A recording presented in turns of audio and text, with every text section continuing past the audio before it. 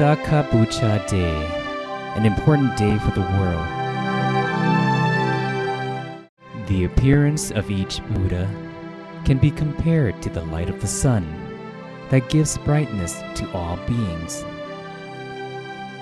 The Lord Buddha appears for the happiness of all human beings as well as other living beings. Visakha Puja Day is the day of the Lord Buddha's birth, enlightenment, and attainment of complete Nibbana. It is the day when all devoted Buddhists recall the Lord Buddha's incomparable virtues and how he is our ideal role model in the pursuit of perfections. All living beings owe the Lord Buddha the greatest debt of gratitude. He had spent countless lifetimes pursuing his perfections so that he could eventually become enlightened on his own and could lead all beings, both human and celestial, to realize the Dhamma. As a bodhisattva, he had pursued his 10 perfections at all 3 levels by donating his wealth, his organs, as well as his life for countless times during the unimaginably long period of 20 asankhyas, or incalculable eons, and 100,000 kappas, or eons. After his perfections were at the fullest extent, he was reborn as King Santusita and ruled over the Tusita realm. It was there that he waited for the right time to have his final rebirth. When the time was right, celestial beings, Brahma beings, and formless Brahma beings from 10,000 universes in the 3 realm spheres came together to beseech King Santusita to have his final rebirth in the human realm. King Santusita checked the 5 factors, which included the human world, the country, the lifespan of human beings at that time, the noblest social class that was considered to be born in, and the lady to be the mother to the Buddha. Having checked all 5 factors, our Bodhisattva saw that he would be reborn in the Jampu world, in the centermost country, during the time where the human lifespan was 100 years, and to a royal family, with Queen Silit Mahamaya as his mother. Having agreed to the request, he resolved to be reborn in the Jampu world. His birth, 80 years before the Buddhist era, at Lumpini Grove, between the kingdoms of Kapilavastu and Devadaha, on the full moon day of the 6th lunar month, the physical form of the Lord Buddha appeared in the Jampu world, or earth. During Queen Silit Mahamaya's pregnancy, her elevated meditative attainments and her observation of the precepts enabled her to see our Bodhisattva clearly, sitting in a half-lotus position in her womb, as though he was sitting outside. Queen Silit Mahamaya gave birth to our Bodhisattva in a standing position. He was born with his feet coming out first. As soon as his feet touched the ground, he could stand and walk immediately, which is a supernormal incident that rarely occurs.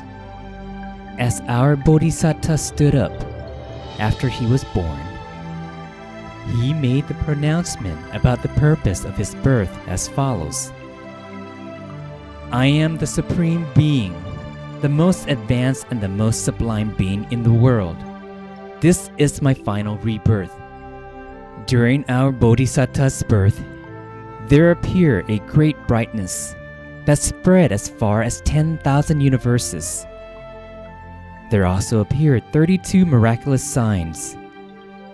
The great brightness pervaded the 10,000 universes, which is considered a rare supernormal event.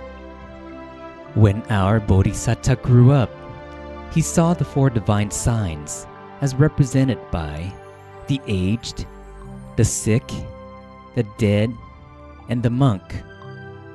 He was reminded that he had to choose monkhood because it was the best lifestyle to work towards the way out of suffering. He left the palace when he was 29 on the royal steed Gantaka to ordain by the river Neranjara. His enlightenment, it took place on the full moon day of the 6th lunar month.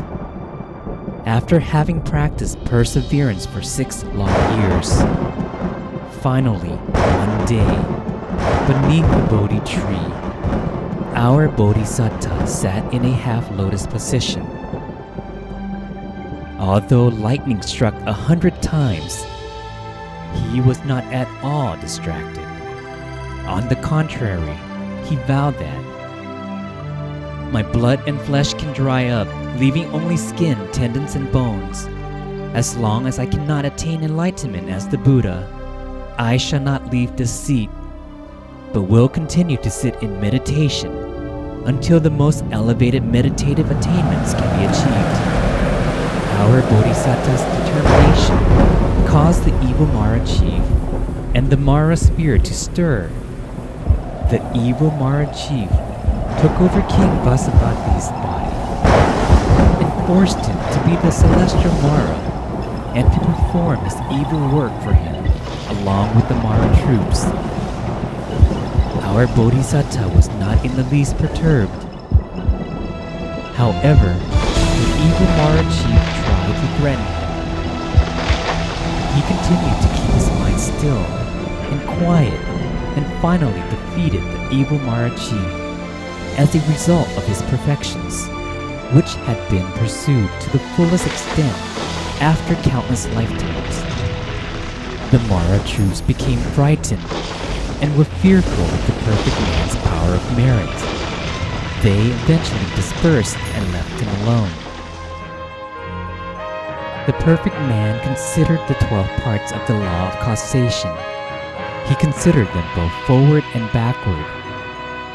The 10,000 universes trembled 12 times, and the vibration reached as far as the subterranean water. He became enlightened as the Lord Buddha at dawn the next day. After attaining enlightenment, the Lord Buddha, with his deep compassion, taught his enlightened knowledge to all beings so that they too could realize the Dhamma. For the long period of 45 years, he had trekked far and wide to spread the teachings tirelessly and had helped a huge number of beings to realize the Dhamma and attain the different stages of purity. The Lord Buddha attained complete Nibbana when he was 80 years old. Attaining complete Nibbana on the full moon day of the 6th lunar month, 1 year before the Buddhist era, at the Salavan forest of Kusinara Kingdom, our Lord Buddha attained complete Nibbana. His physical body expired and only the Dhamma body remained, which was the Lord Buddha's Dhammagaya. It was the Dhammagaya that entered Nibbana. Before his body expired, the Lord Buddha graciously gave his final advice to the Buddhist communities. The body is changeable and undergoes decay as a normal process. Therefore, you must make sure not to be reckless. This is the abbreviated version of our Lord Buddha's birth, enlightenment, and attainment of complete Nibbana. Our Lord Buddha is our best role model. He has been the world's greatest teacher throughout the past and the present.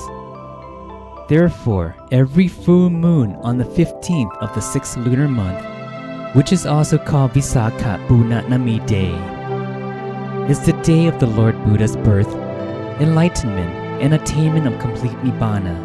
There had yet to be any religious leader in the world whose birth, enlightenment, and physical expiration happened on the exact same day, the way they did with our Lord Buddha. The United Nations call this auspicious day a universally important day of the United Nations. or an important day of the world. Therefore, Visakha Day is the day that the Buddhist communities should invite everyone in the world to think about the Lord Buddha and his pursuit of perfections, to come and study the Dhamma, because Dhamma can serve as our guiding light in this life, and later it can lead us to the celestial realm and Nibbana. We should come together to practice meditation and endeavor to attain the Dhammagaya within us.